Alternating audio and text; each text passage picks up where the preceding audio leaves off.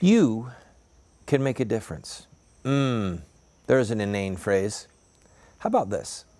You can rise up above the level of, I don't want to insult you, but the level of maybe mediocrity to which people around you are trying to force you to remain at.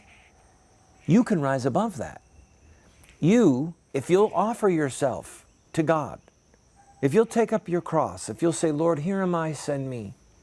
If you'll offer yourself to the Lord to be His hands, His feet, His mouthpiece, His watchman on the wall, you can rise above the stagnant pool of mediocrity that surrounds so much of the Christian community, that is so much of the Christian community. And one of the ways that you can do that and have a fantastic impact in time and in eternity is to be a watchman on the wall in the political arena by running for office. And I want to use the remainder of this program to tell you some stories about various campaigns that I ran in so that you could consider running yourself. And if you are watching on television and you want to see this episode again, go to our website, voiceofresistance.com, and study this one and study other episodes that deal with how to be a public advocate, how to do a press release, how to do a press conference, how to get media coverage in your area. And you can see how, if your heart is willing, if your spirit is stout, if you're willing to set your face like flint, that you can be a watchman on the wall, and the message of truth that comes from our Creator can be heard through your lips by you running for office. Now, I've run for office 5 times. In 1992, I ran for the U.S. House of Representatives.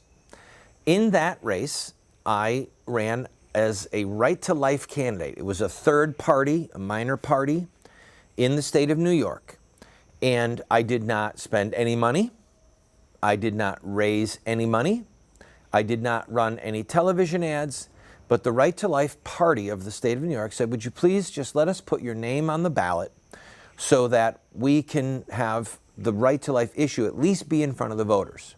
I said yes. I did 1 newspaper interview with, if I'm not mistaken, a Syracuse newspaper, and I did 1 television debate also with a TV station in Syracuse, New York. So again, and by the way, I got 6% of the vote. Okay, in the general election for the U.S. House of Representatives, I got 6% of the vote. I spent no money. I did not go to any meetings. I simply did 1 TV interview, a live debate, and I did 1 newspaper interview, and perhaps 1 radio interview. All right?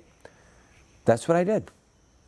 Now, at that point, in 1992, I was already an internationally known pro-life leader. I had already been in newspapers all over America, on Oprah Winfrey twice, on Donahue once. So I on 60 Minutes, on all of these different TV shows. And I knew that the pro-life message had to get out, and I was simply willing to loan my name and my time. So you might be in a community where there's third party or minor party, as they're called, where there's the Conservative Party, the Libertarian Party, any number of parties, where you are offered an opportunity to run. Well, maybe it's worth it. If it's not going to cost you a lot of time and money and you're willing to have your name be out there, there's value in it.